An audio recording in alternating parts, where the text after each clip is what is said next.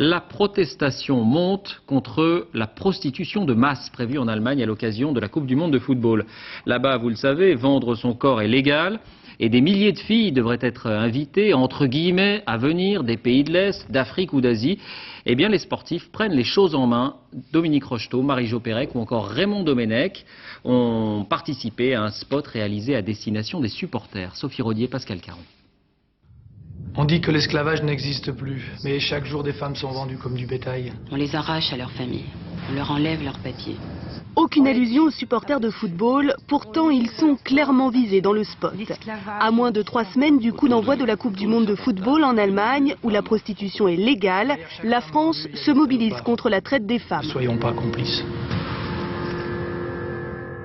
On dit attention, derrière la prostitution, c'est la traite des femmes. On va forcer des femmes à venir en Allemagne pour se prostituer. Cela est inacceptable, c'est une véritable ignominie.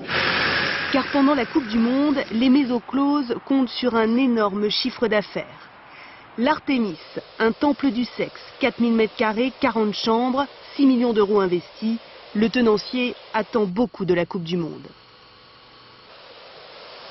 Je pense que nous aurons entre 300 et 400 clients par jour. Nous aurons besoin de plus de filles, mais il y en a déjà beaucoup qui se présentent. Nous faisons attention à ce que ces femmes soient enregistrées, qu'elles aient des passeports, des cartes de séjour et paient des impôts. Une manière de se défendre contre les soupçons de traite des femmes. Plusieurs associations dénoncent des projets d'importation massive de prostitutions africaines ou asiatiques, forcées pour la plupart.